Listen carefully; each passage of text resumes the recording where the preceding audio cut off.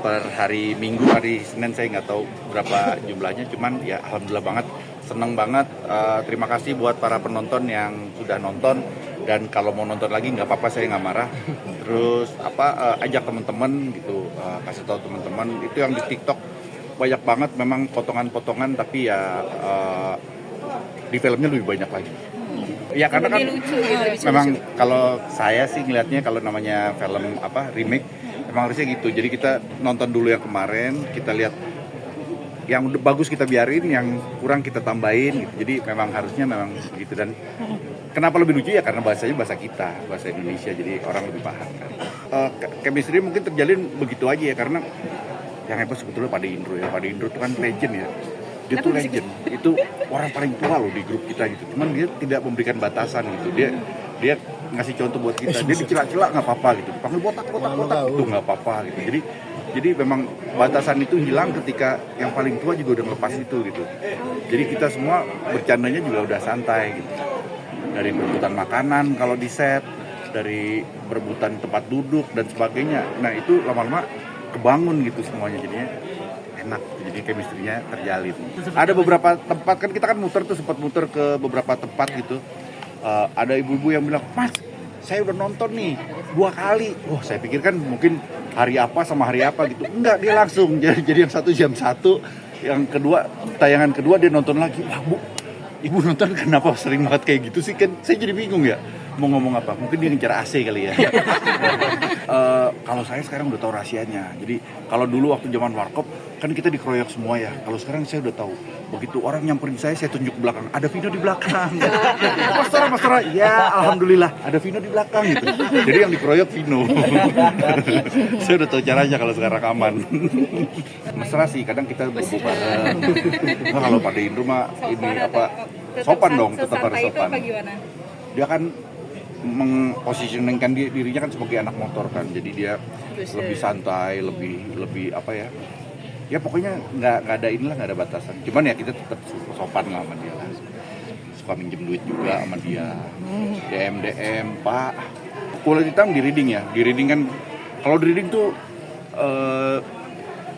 Vino, Jegel, Rigen, Pade Indro tuh serius banget gitu, kayak nggak bisa diiniin gitu. Biasanya kalau gue cuma ngeliatin sambil makan ya, tapi mereka tuh benar-benar nggodok skripnya tuh emang benar-benar bingung lah, ngagetin lah. Nah itu chemistry biasa terjalin di situ. Mudah-mudahan iya gitu. Sebetulnya syutingnya sih nggak seberapa ya, begitu-begitu aja gitu. Cuman karena umurnya udah mulai banyak gitu, jadi lewat jam 9 malam itu udah ngantuk. Padahal kan ini horor ya, kalau horor kan biasa sampai pagi. Itu doang sih yang nggak tahan. Kak Tora, ini kan kamu lagi masa lagi visit, lalu ini juga infonya bahwa anakmu yang sulung mau nikah. Iya, Ini gimana nih, kabar baiknya seperti apa nih Kak? Ya mudah-mudahan bisa terlaksana dengan baik gitu ya, karena ini kan pertama kali juga buat saya, pertama kali juga buat besan saya gitu, jadi ya mudah-mudahan bisa terlaksana dengan baik. Katanya ada target badan berat badan khusus untuk datang ke pernikahan anak itu gimana sampai sekarang? Maksudnya tamunya nggak boleh lebih dari 50 kilo.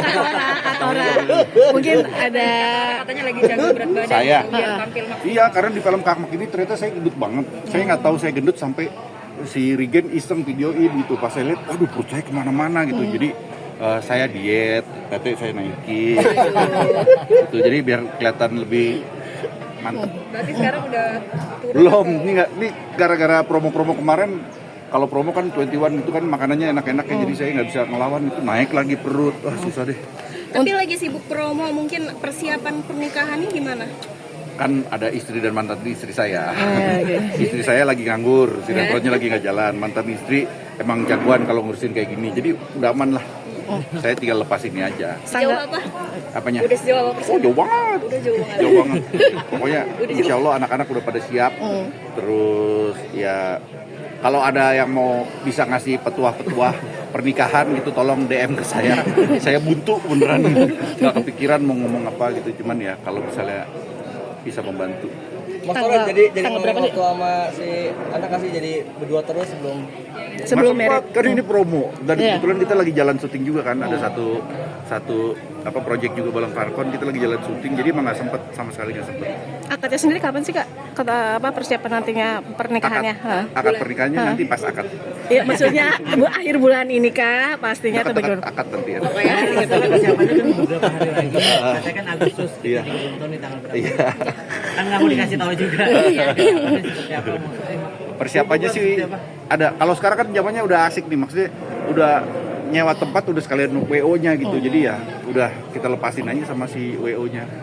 Mempersiapkan diri juga buat ijab kabul katanya sampai nggak tahu nih gimana. Wah, tadinya saya mau ngapalin, ternyata ada teksnya, jadi udah aman lah. Tapi untuk perasaan sendiri katanya sampai mentalnya. Nah ini nggak tahu nih, karena kan baru pertama ya, jadi saya juga nggak tahu akan gimana-gimananya gitu. Dari kemarin orang tuh tiap nanya, nangis dong, kok nangis dipersiapin ya? Gitu. Gua udah jadi deg-degan gitu, yang tadinya nggak kepikiran mau ke situ, jadi aduh, kalau gua nggak nangis dosa nggak ya gitu, jadi kepikiran gitu. Cuman ya kita lihat aja gimana apa yang terjadi lah. Ini kan anak Saya sulung. pengennya nggak nangis. Ini kan anak sulung, maksudnya anak pertama kali juga menikahkan. Merasa kehilangan nggak? Takutnya?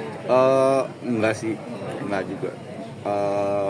Malah saya lega gitu karena jadi sah gitu, karena pacarnya kan udah 9 tahun. Oh. Kalau ada anak saya pasti ada dia gitu kan. Jadi ya dia udah memang udah seharusnya sih kalau menurut aku. Ngerasa cepat nggak sih waktu Katora? Karena waktu kecil nih, terus tiba-tiba sekarang udah mau nikah, ada yang Kemarin deg-degan pacaran. Saya kalau itu nggak terlalu kaget lah. Saya kaget umur saya tiba-tiba udah 51, itu saya kaget. Beneran, cepet banget gue ternyata ya gitu. Nggak kepikiran. Tapi udah di fase ini gimana perasaannya? Udah di fase akan menikahkan anak nih. Saya berasa lebih dewasa ya. Saya lebih matang, lebih dewasa. Dan, ya banyak yang mengagetkan lah, banyak yang unsur-unsur yang wah ternyata harus begini, wah ternyata harus begitu gitu yang nggak kepikiran sebelumnya gitu. jadi merasa bebas Tapi tanggung Jagger aja santai. Oke. Jadi merasa bebas nggak sih tanggung jawabnya? Akhirnya ada juga yang menggantikan gue nih. Nanti sang suami tanggung jawabnya. Kalau ngerasa bebas nggak kepikiran ke situ sih kalau gue ya. Cuman merasa senang aja lah. Senang nambah. Ada anak laki akhirnya di rumah gitu kan. Melihat anak sendiri gimana? Gini, Persiapannya. Persiapannya dia. Berarti udah siap banget. Santai anak sekarang mah beneran. Saya juga biasanya kan ada pijit-pijitan, ada apa nih, enggak, masih jalan-jalan. Tadi baru ngambil cincin. Ya endorse lumayan. Akhirnya ada yang endorse 1. Ya lumayan. Terus apa? Ya mereka masih sibuk kesana sini lah, masih ini. Lu meper aja di temennya ini. Mas lu pusing nggak sih nyiapin ini ya? Nggak, tadi kan gue bilang, tadi yang ngurusin istri gue sama mantan istri. Berarti Jadi lu nggak sama besan. Jadi gue yang tiap datang sok ngeramein, padahal gue nggak ngerti apa-apa. Tapi ada apa posisi overthinking anak mau nikah pertama kalinya nggak sih? Overthinkingnya sih enggak sih, nggak pernah. Otakku tuh nggak gede, jadi mau overthinking juga nggak nyampe gitu, karena udah mentok aja sih otaknya. Biasanya kalau nikah tuh pihak perempuan yang ribet nih. Lu sebagai orang tuh minta ke mantu nggak? Apa acara yang harus gede atau gimana? Enggak. Katora. Nggak tahu. Emang keluarga gue banyak banget. Keluarga gue banyak. Gue dari 200. Gue dapat jatah-jatah kan undangannya berapa gitu. Gue dari 200. Keluarga gue aja udah 176 sendiri. Jadi buat teman abis kayaknya. Tapi sampai ngasih wejangan gitu gak? Tapi tenang, anak gue ada 4. Jadi yang nggak kebagian sekarang mungkin. Ngasih wejangan gitu gak untuk anak yang mau? Nah ini disuruh kasih wejangan, cuman gue masih belum tahu mau ngomong apa. Udah dicari di ChatGPT nggak nemu. Jalan nggak nemu. Si nanti ada bikin gebrakan gak? Prediksi. Mau nyanyi gitu, tampil nyanyi atau apa?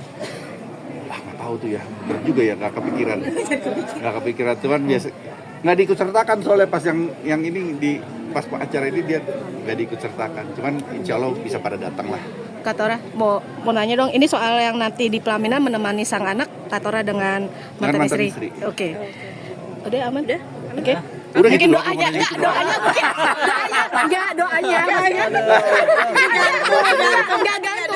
doanya. Tapi istri mengizinkan Izin orang si Mike yang nyuruh.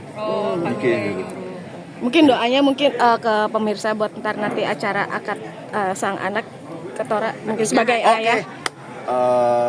Para pemirsa, para penonton, ibu-ibu, bapak-bapak, semua yang ada di situ, saya minta izin mau nikahin anak saya dengan anak saya Nabila dengan Ivan. semoga lancar-lancar jaya. Oke, amin. Terima kasih Kak Tora. Ya, jangan begitu dong. Oh, iya. Jadi jangan lupa untuk subscribe Cumi Cumi. Ditekan ya tombol lonceng merahnya.